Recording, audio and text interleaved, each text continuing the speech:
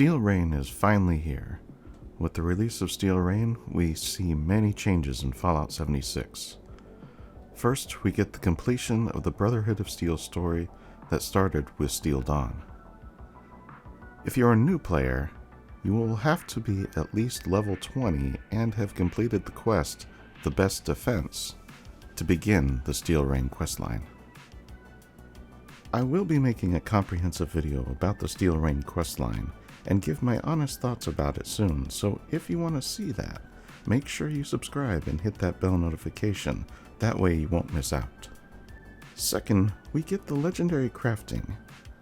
This by far for me is the part I was most waiting for. With being able to craft your own legendary gear, there are a few items that you will need. What is needed is both legendary cores and modules. The legendary crafting system is quite complicated and will need a dedicated video to fully cover, so stay tuned for that video. Next, we get the new scoreboard.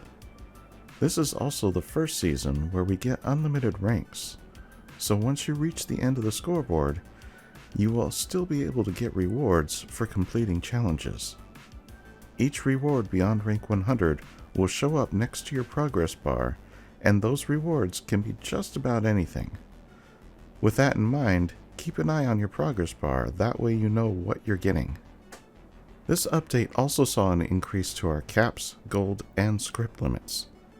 Caps now max out at 40,000, gold at 10,000, and script at 5,000. The daily limit for gold and script has also been increased, with gold topping out at 400 and script at 300 daily.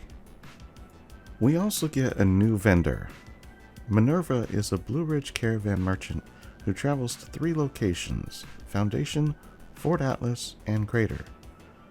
She deals in gold and will have several plans to buy. She moves regularly, so you'll have to check the 3 locations that she spawns to find her. Also, her inventory changes regularly, so keep that in mind when shopping her wares.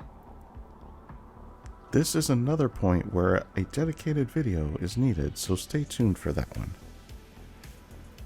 Meat Week returns and will run from August 17th to the 23rd.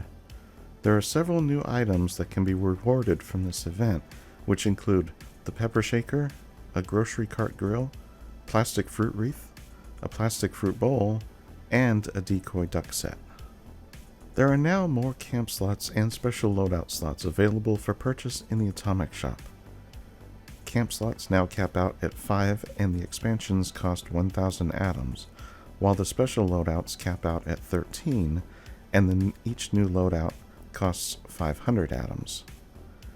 While I recognize that many of you will not be happy with this news, I would just point out that the game is getting frequent updates that are free, and there does need to be a source of revenue beyond the initial purchase. If things are not sold for atoms, then future updates may not be free anymore. Just food for thought. There were also a large number of bug fixes and quality of life improvements. As these are quite lengthy, I won't go into detail on that unless you, the community, want that. Let me know in the comments below. If I get enough interest in it, I will make the dedicated video. Now, if you made it this far in the video, then congratulations. This is where we start talking about future content. What the hell was that? Expedition Squad Delta, report, over. Squad Delta, what's going on out there? Come on, this isn't funny. I know you can hear me. Command, Miller, Hernandez, self-answer.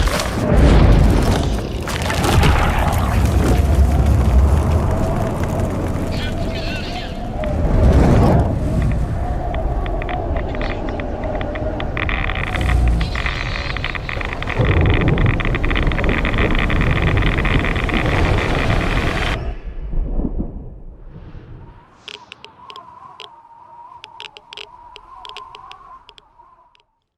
Jeff Gardiner, project lead, and Mark Tucker, design director, spoke in a couple of interviews about the future of Fallout 76. First, speaking with Newsweek, Jeff and Mark talked about expeditions. Fallout 76 Expeditions, starting with the Pit, will release in 2022. The region known as the Pit first debuted as an add-on for Fallout 3 in 2009. That version of the Pit is different from what we will see in Expeditions, though. Jeff Gardiner indicated that Expeditions will be story-driven and that it will be geared towards repeat playthroughs. Gardiner said, "We decided on the Pit because it is local to West Virginia and it's a great narrative location. The designers have thought long and hard about how to make content that is both fun and repeatable. The Pit has got really unique mechanics, a really cool story, and repeatable content, so players can enjoy it more than once." Mark Tucker echoed these sentiments, highlighting that the expansion will be overtly story-driven and accessible for those who prefer to experience things solo. Tucker said, "It's a tricky balance because our game is really unique. We have got a split in our player base.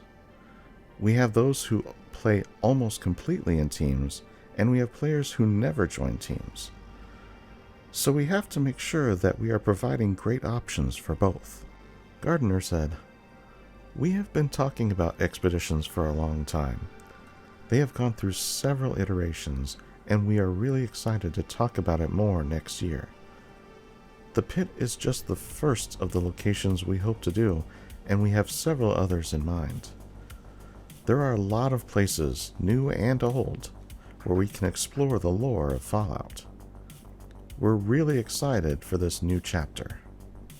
The second interview was with PC Mag. Now, this interview did not include direct quotes and simply paraphrased the answers given to questions. Are two-part stories like Steel Dawn and Steel Rain part of the direction Fallout 76 will be taking in future story content? Jeff said, "We had to make a decision on production and scheduling, on bandwidth to turn Steel Dawn and Steel Rain into 2 beats. We bit off more than we can chew and decided the story was too good to just pare it down to one offering. So we decided to split it up. We are very flexible in Fallout 76 in terms of what we do, and we haven't really settled into a cadence of what our regular updates are going to be. I sort of enjoy that because it keeps us on our toes, and we're able to react better to what the fans want. Insider information, we actually discussed 3 parts at one point. We narrowed it down to 2, and we're really proud of it." Would there be content exclusively focused on co-op where you could bring your friends in?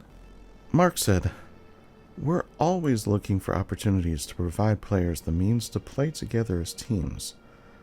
I think when you look at the Daily Ops feature we released last year, that's an example of content where you could play it solo, but we find it, when testing internally, to be a lot more playing with other folks. That kind of content is very popular with our players. We have great engagement there. So we're definitely going to continue to look at other types of content which embrace co-op play, but we are never going to leave out the players that want to play solo. There are a lot of players who still like to play our game like a traditional BGS game, and we want to make sure we're still creating content and features that they're going to love and engage with as well." Is there going to be a next-gen update for newer consoles? Jeff said, "We get asked that every interview. It's still not on an official roadmap, but it is actively being planned. We have a group of folks that are going to be able to help us do this. So sometime in the future, we hope to do this. We look at Fallout 76 like it is going to be around for several more years, so clearly we would be smart to keep it updated for newer consoles." What's in the pipeline in terms of content targeted to people who aren't very familiar with the world of Fallout? Mark said, "We're always looking for ways to improve the quality of life for our players, and that doesn't always mean our older players. We look for opportunities to remove some of the friction or pain points in the early game, things that might make a player not really have fun in the first 5 to 10 levels. So we're looking at things like game balance, making inventory and weight management a little easier. Earlier this year, we expanded our stash weight limits, something that helps all players, but hits our newer players early on, especially if they haven't figured out they need to scrap all their junk. Creating content for the game is tricky because we have our existing content. Although you don't have to follow it, we kind of have this ideal path with the original content we've released and everything added with Wastelanders. So there's a lot of content we'd like you to play to get engaged with the game's systems, and then all the other content we've added is kind of aimed at level 20 and up players. It's not just for continuity of learning the game mechanics, but it's also for the continuity of the story.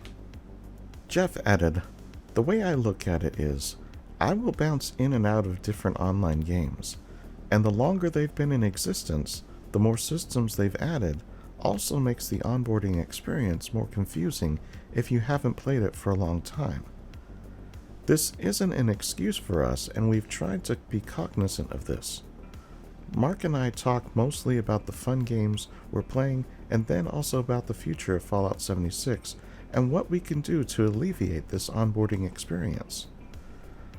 I had a friend of mine who just picked up the game and told me he couldn't find the Pip-Boy in the opening room, which I've heard many times. Shocking, but it's true, and it's fair feedback.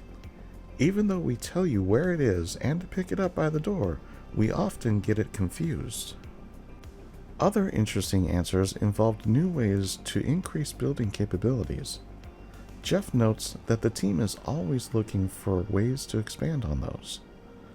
They're planning on doing more types of internal shelters like vaults, more camp slots, and the kinds of things that you can put into building areas. They're hoping to introduce more features for builders sometime next year, which will make it more interesting to visit each other's bases and gamify it a little. So there is a lot of interesting content coming over the next couple of years. To that end, we know that the Fallout 76 team is road mapping out the next couple of years and plans for this game to run for many years to come. I, for one, can't wait. This is an exciting time to be in Fallout 76. Well, that about does it for this news update. If you enjoyed this video, consider giving it a like and share it. Make sure you are subscribed so you don't miss out on future content.